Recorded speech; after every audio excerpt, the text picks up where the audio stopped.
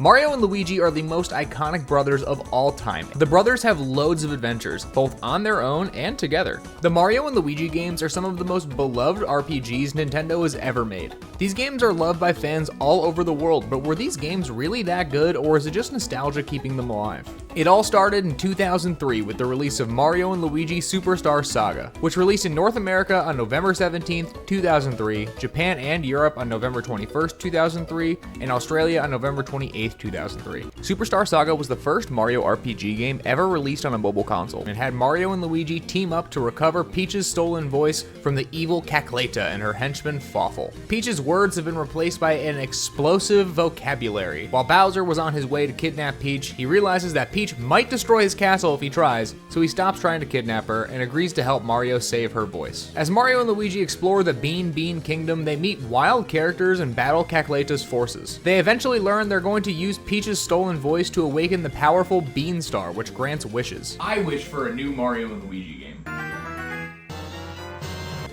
Let's go! You ruin Cackleta's plans multiple times, resulting in a battle where she's eventually defeated. However, Fawful decides to be the worst and transfer Cackleta's spirit into Bowser's body, creating the powerful Bowletta. Thanks, I hate this. In the final showdown, Mario and Luigi fight Bowletta, defeat her, and recover the Bean Star. The brothers end up returning to the Mushroom Kingdom and restore Peach's voice to normal. When you pick up a Mario game, you don't expect it to have a great story, and this game does. It's not going to win any awards, but it's really entertaining the entire time you play it. Superstar Saga was the first entry in the Mario and Luigi series, and it introduced the game's signature combat style of turn-based combat and real-time action commands. Like most turn-based RPGs, in a battle, you have to decide what move you're going to make. Whether you're using a standard attack or an item, this game blends real-time action commands in with the turn-based combat to make this game as engaging as possible. The gameplay really set the series up for success. It's simple enough that anyone can pick up and play the game, but engaging enough where people don't want to put it down. This is a Mario and Luigi game, so you will be controlling both brothers at the same time.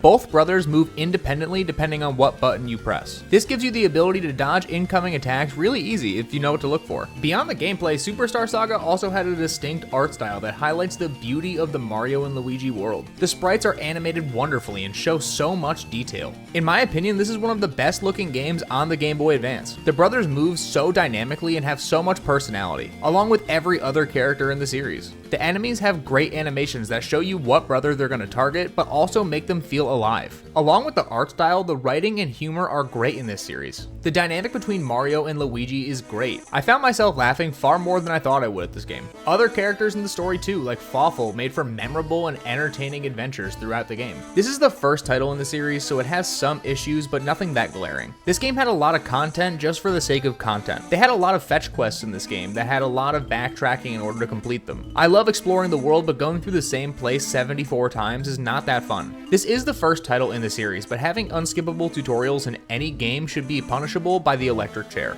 But overall, as the first title in the series, it did a great job creating memorable, new experiences that feel fresh to this day. And this game even got a remake for the 3DS, which released on October 6th, 2017 in North America and Europe, October 5th, 2017 in Japan, and October 7th, 2017 in Australia. The remake for the 3DS gave Superstar Saga the 2-screen treatment. Being remade for the 3DS gave this game a complete graphical overhaul, which ironed out a lot of the issues that the original title had. The new graphics don't look bad, but I think I prefer the original art style from the Game Boy Advance, though that's not to say this game looks bad by any means. Beyond the graphical updates, this game got loads of quality of life updates that make this game run far smoother than the originals. Things that became standard in later entries in the series that weren't available in the Game Boy Advance version got added and made the gameplay so much more fluid. The remake made the game feel a lot more like Dream Team and Paper Jam, which is great because both those games felt extremely fluid, where the Game Boy struggled to find how the new game would find its footing. Once you have a couple titles under your belt, you know what works and what doesn't, and this just felt like an upgraded version of the game. And it wasn't just a simple upgrade, this also had the addition of Bowser's Minions, a new game mode that felt like an entirely new game inside of the original. After you progress to a certain point in the game, you unlock Minions Quest, which plays like an entirely new title. Bowser's Minions are on a quest to save Bowser and fight off Fawful's armies. The gameplay is wildly different than the base game, having to build your own little army to take on the other army you're facing. This came out during the 3DS era, so you know the story had to include the Koopalings, at least to some capacity. Free Koopa Kid, he didn't do anything wrong. Getting to see this game get remade and placed on a better hardware hardware is great. I think it was a good idea to bring this game onto the 3DS and give it the treatment that all the other games received. Superstar Saga was the only game to launch for the GBA, so it made sense for this to get remade from the ground up. It made this game way more accessible to people than it was at the time, and with a few more games under their belt, they had the knowledge of what made this game work and how to balance it well. Though the next game didn't get a remake, it still stands out as one of the best and often overlooked entries in the series. Mario & Luigi Partners in Time released on November 28, 2005 in North America, December 29, 2005 in Japan, January 27, 2006 in most of Europe, February 10, 2006 in the UK, and February 23, 2006 in Australia. Partners in Time brought the series to the DS. It took the brothers on a time-traveling adventure to stop an alien race known as the Shroobs from invading the Mushroom Kingdom. This time though, they were joined by their younger selves, Baby Mario and Baby Luigi, adding a huge new layer to this game. The story begins when Professor E. Gadd invents a time machine powered by the Cobalt Star. Princess Peach uses the time machine to travel into the past but ends up getting captured by the Shroobs. Mario and Luigi set out to rescue her, but they soon encounter their younger selves, Baby Mario and Baby Luigi, who join them on their quest. This means the brothers have already lived through this invasion before and had to go through it again, right? Time travel's weird. The brothers travel back and forth between the present and the past, battling Shroob forces and collecting shards of the Cobalt Star, which has been shattered into pieces. As you explore, you discover the Shroobs are using Peach's time machine to conquer both the past and the present. Your main goal is to collect all the pieces of the Cobalt Star, but along the way you figure out that the star is cursed and was used to imprison the Shroob princess in the past. Eventually, you face off against the Shroob princess, defeat her, and when returning to the present, they find that Princess Peach has been possessed by the spirit of the Shroob princess. Once defeated, you end up saving the day once and for all. Time travel is a hard thing to write about because it opens endless plot holes, but all in all, the story had a creative take on the idea. Being able to explore the past and present versions of the Mushroom Kingdom was a really nice touch. Where this game really shined though was having to control both Mario and Luigi and Baby Mario and Baby Luigi. It gave the game a great amount of variability and added a lot of strategy to the battles. Having sections where you had to swap between controlling the babies and the regular versions gave a lot of room for creative puzzle design. But the biggest change was the jump to the DS. It really helped the series shine in my opinion. It uses the DS's hardware really well. Having a second screen made the cinematic moments all the more cinematic. When people talk about the Mario and Luigi series, I never hear them mention Partners in Time. I was really surprised this game was skipped when giving remakes to the older titles on the 3DS. It would have been great to see this game get a new look. I'm not saying the game looks bad at all. I love the art direction in the older titles, but having all the other games get remade besides this was disappointing. Partners in Time had all of the humor and charm of Superstar Saga, but changed some of the other things that made Superstar Saga really good. Partners in Time is a much more linear than Superstar Saga was. It doesn't have as much of an exploration element to it. This is most likely because you're traveling between the past and present versions of the Mushroom Kingdom, so it doesn't make sense to have you going all over the world. And this could be considered a good thing because it cut down on the annoying fetch quests, but it made the world feel way more structured. Superstar Saga encouraged you to look around and see the world as much as you can, but Partners in Time didn't go that far. All in all, it's a great title. It's not my favorite in the series, but it's worth playing to this day. The art style and gameplay help this game hold up really well to this day, even compared to titles in the modern era. Mario & Luigi Bowser's Inside Story released on September 14th, 2009 in North America, February 11th, 2009 in Japan,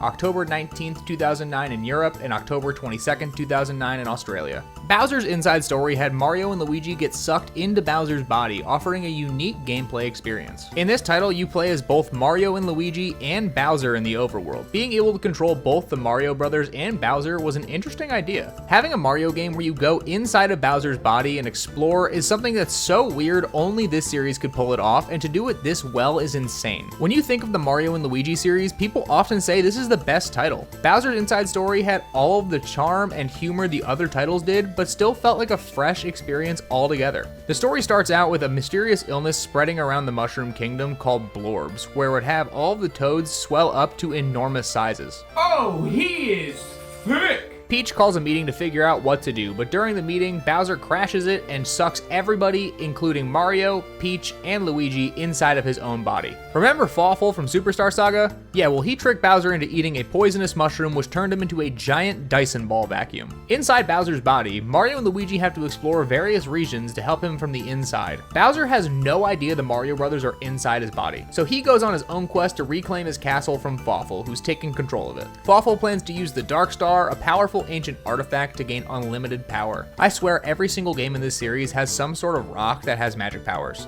As the story goes on, Mario and Luigi help Bowser from inside his body, making him stronger and helping him overcome obstacles like pulling an entire island by a rope. Eventually, Fawful revives the Dark Star, which merges with Bowser's DNA to create Dark Bowser, who's essentially Bowser, but dark. Who would have thought? Bowser has to battle Dark Bowser on the outside, while Mario and Luigi face off against the Dark Star core within Bowser's body. Together, Mario and Luigi defeat the Dark Star core while weakening Dark Bowser, which allows Bowser to beat the snot out of Dark Bowser, destroying the Dark Star and all of Fawful's plans. After the battle, Bowser coughs up Mario, Luigi, and Peach, who return to the safety of the Mushroom Kingdom, and somehow Bowser still has no idea they were ever inside his body. For a story having such a strange premise, it's actually really good. It's a great example of how versatile the Mario series can be. You can put this plumber in most situations and it ends up being a good game. Switching between Mario and Luigi inside of Bowser and then controlling Bowser on the outside created an innovative and engaging gameplay loop. Each perspective offered its own abilities and challenges, keeping the game fresh as a whole. Getting to battle as both the Mario Brothers and Bowser's led to the game having the ability to tell two stories simultaneously, which worked really well together. In most games that tells two stories that take place together, you have to jump back and forth between characters in different locations, which can throw off the entire momentum of the story. The ability to jump quickly between the 2 points of view made this story have great pacing throughout the adventure and is a masterclass in good game design. The return of Fawful was a great idea and was executed really well. Superstar Saga is a great game too, so having a continuation of that storyline is nice to see.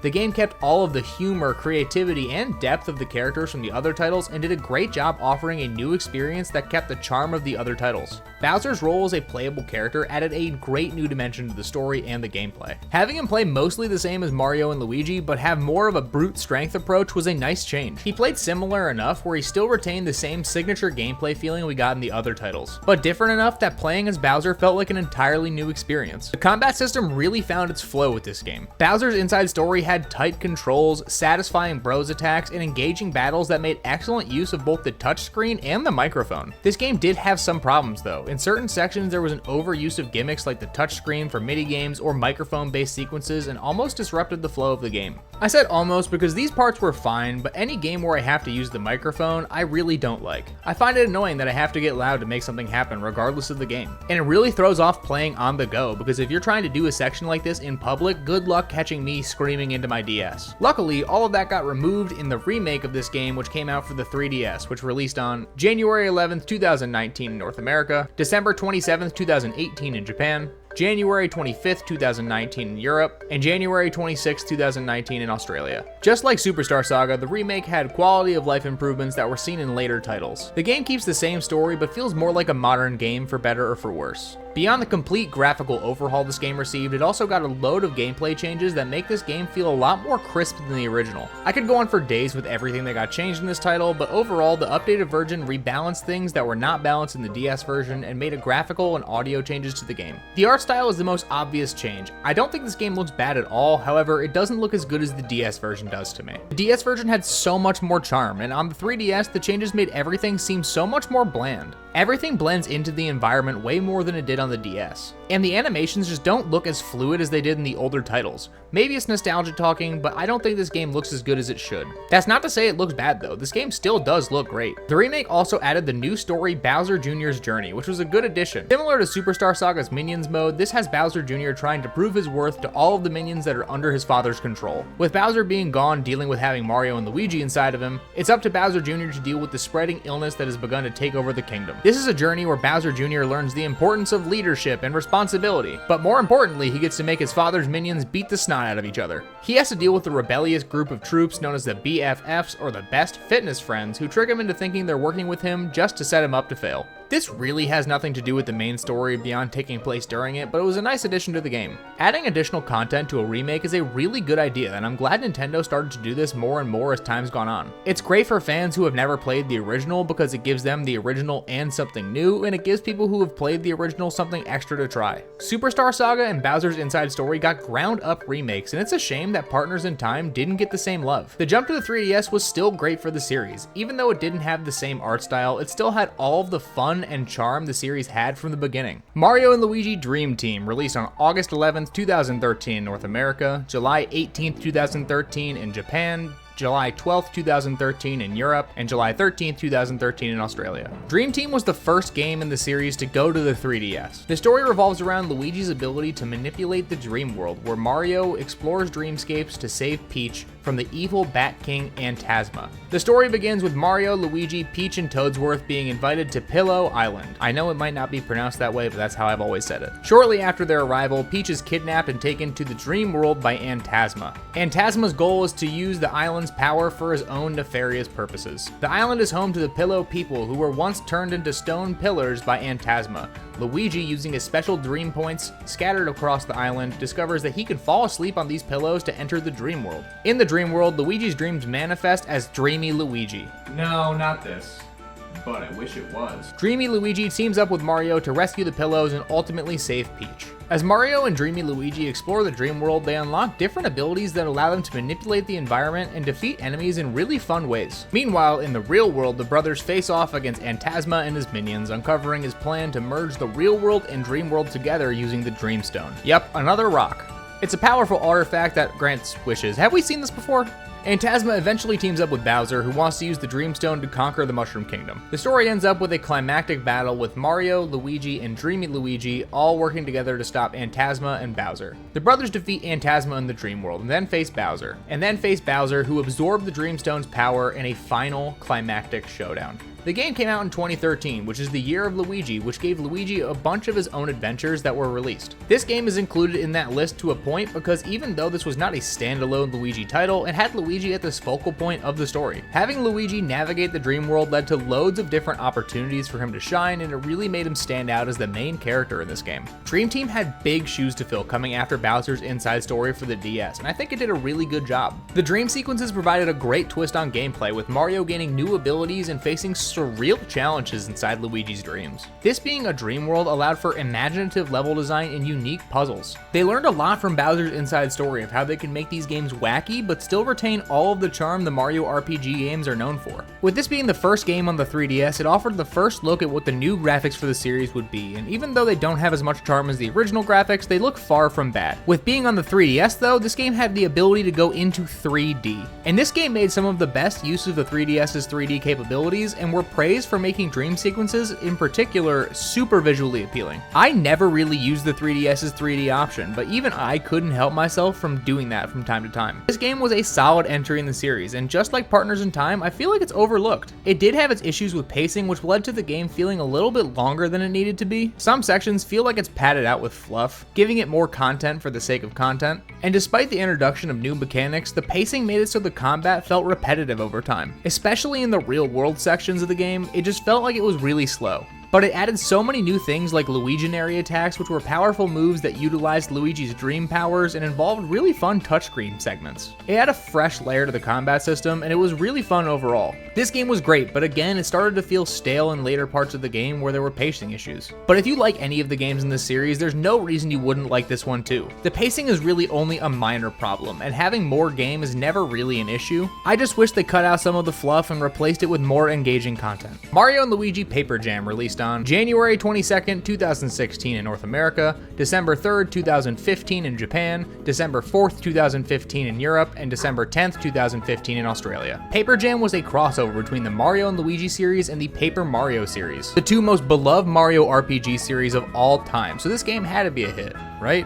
The story begins where Luigi accidentally knocks over a mysterious book in Peach's castle, releasing the characters from the Paper Mario universe into the world. This caused immediate chaos, as there were now two versions of many characters like Mario, Peach, and Bowser, suddenly coexisting in the same world. The two Bowsers quickly become best friends and team up to capture both Peaches and plot to take over the Mushroom Kingdom. Mario and Luigi, along with their new ally Paper Mario, set out to rescue the princesses and stop the Bowser duo. Yeah, this is fine. But where's Paper Luigi at, huh? As the three characters travel across the Mushroom Kingdom, they encounter various challenges and puzzles that require them to use the unique abilities of Paper Mario and the Mario Brothers. Paper Mario, just like in his own games, can slip through narrow spaces, create copies of himself, and interact with environments in ways that Mario and Luigi just can't. Together, they battle enemies, rescue paper characters, and gather allies from both universes. Throughout the journey, the heroes must deal with the combined forces of Bowser and Paper Bowser, as well as all of their minions. The Bowsers use the power of Paper Mario's universe to strengthen their forces, making the heroes' quest even more difficult. The story builds to the final showdown at Bowser's castle, where the trio must face off against the combined might of Bowser and Paper Bowser. The idea of merging Mario and Luigi with Paper Mario was so exciting to fans of both franchises. I love both of these series to death, and I was so excited when I heard these games were coming out. Adding Paper Mario to the mix just feels natural. Coming from another turn-based Mario RPG series, he fits in perfectly. And with games like Thousand Year Door having quick time elements similar to the Mario and Luigi series, it just worked perfectly. As with the previous games in both series, the humor and dialogue were great, and the crossover provided plenty of opportunities for clever and witty exchanges. The game added new features like trio attacks, which were special moves that utilize the abilities of all three characters.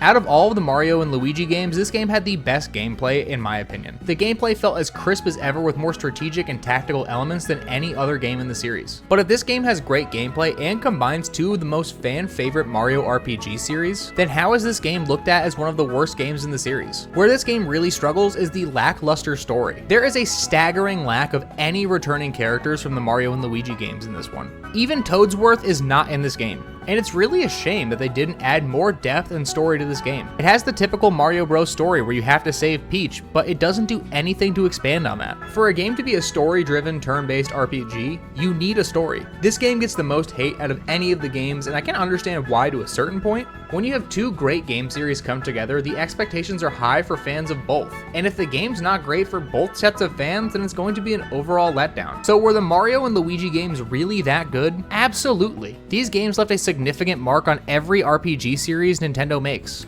Each title brought something new and memorable to the table, whether it was innovative gameplay mechanics, memorable characters, or a unique sense of humor that set them apart from any other RPG. While some entries might have had their flaws, whether it be pacing issues or repetitive gameplay, the series as a whole is incredible. If you're a fan of turn-based RPGs or Mario games in general, then these games will most likely scratch that itch you've been having. They're remembered for their creativity and charm and the way they brought the Mushroom Kingdom to life in a completely new way. Now with Brothership on the way, it's finally time that we get to hop back into this world again. The series is being brought back, and I know it's going to be a great game for all returning fans and new fans alike. The expectations are high for this game, and I'm going to be getting it as soon as I possibly can.